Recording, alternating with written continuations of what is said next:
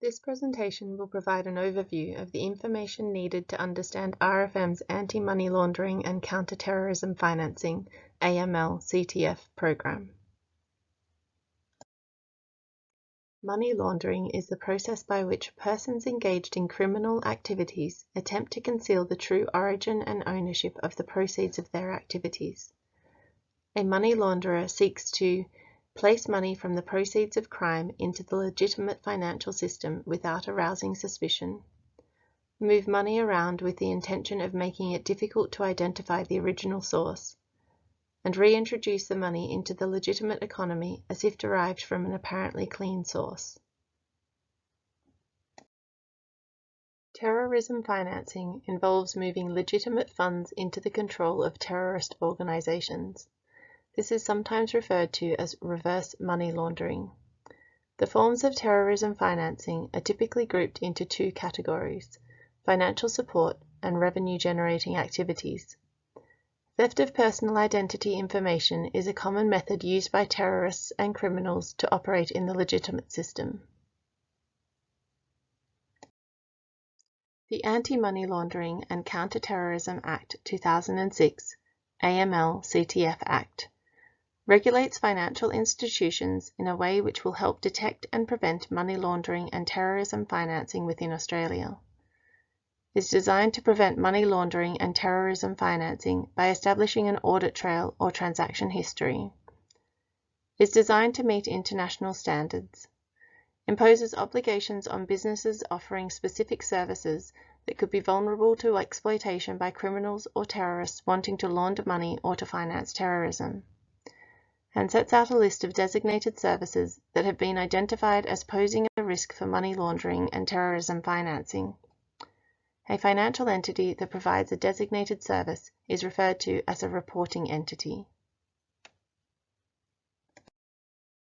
RFM has implemented an AML-CTF program to comply with the Anti-Money Laundering and Counter-Terrorism Act 2006, AML-CTF Act. The program is divided into two parts.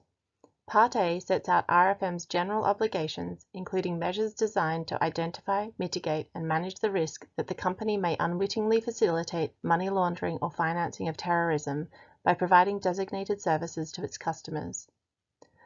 Part B sets out the applicable customer identification and verification procedures that the company and employees must comply with in accordance with the Act prior to providing designated services to customers.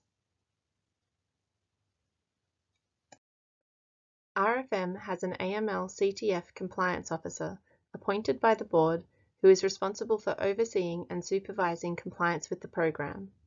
This role is currently held by the company secretary. The AML-CTF compliance officer is assisted by the National Manager Human Resources, Employee Due Diligence Program and Training, the Investor Services Manager, Customer Identification and Verification and Liaison with our agents, and Compliance Manager, reporting to the Board and Australian Transactions Reports and Analysis Centre, AUSTRAC, and Policy Review. Consequences for non-compliance. In responding to instances of detected non-compliance with the Act, AUSTRAC has a broad range of enforcement powers, which include undertaking criminal prosecutions, seeking injunctions and civil penalty orders, negotiating enforceable undertakings, and issuing mandatory remedial directions against reporting entities.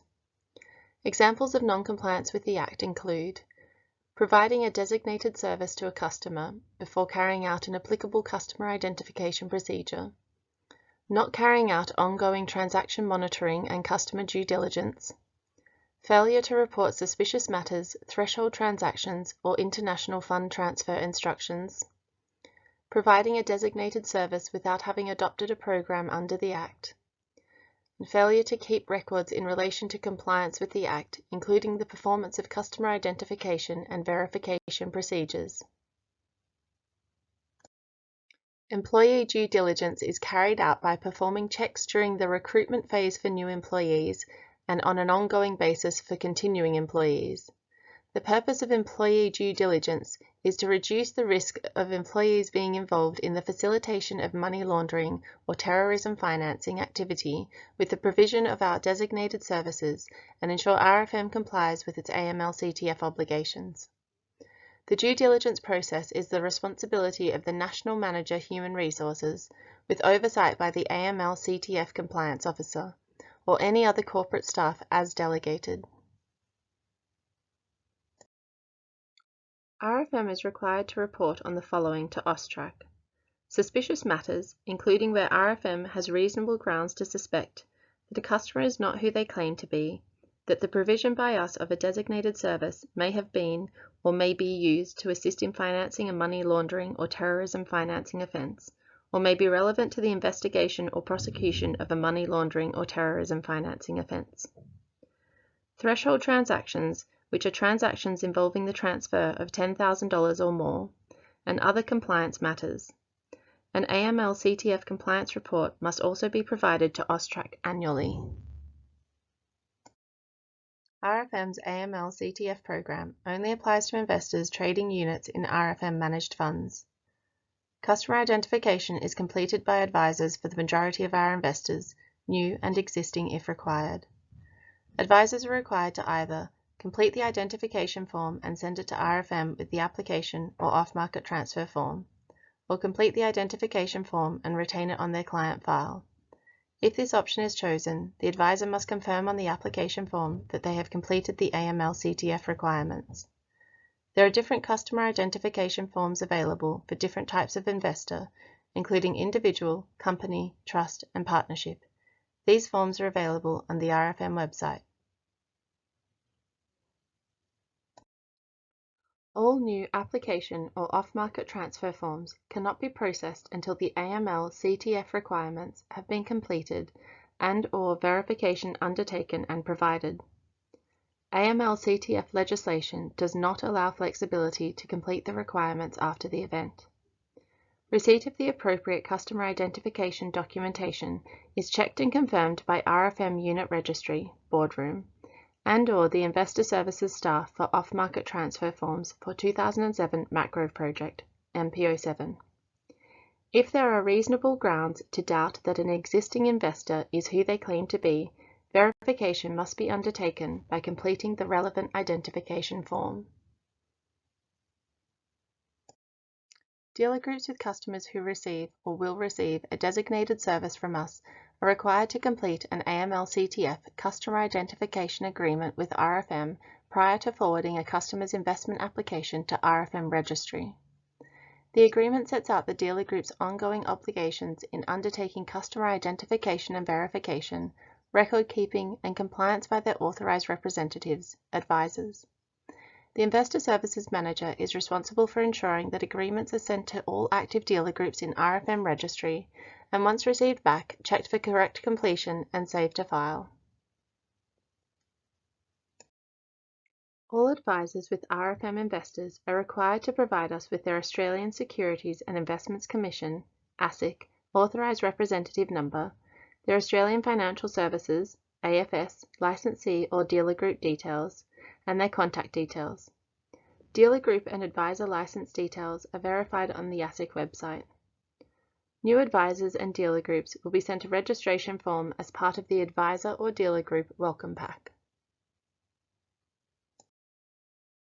Investors without an advisor making a new application to invest directly with RFM must complete the relevant identification form accompanied by suitable identification documents.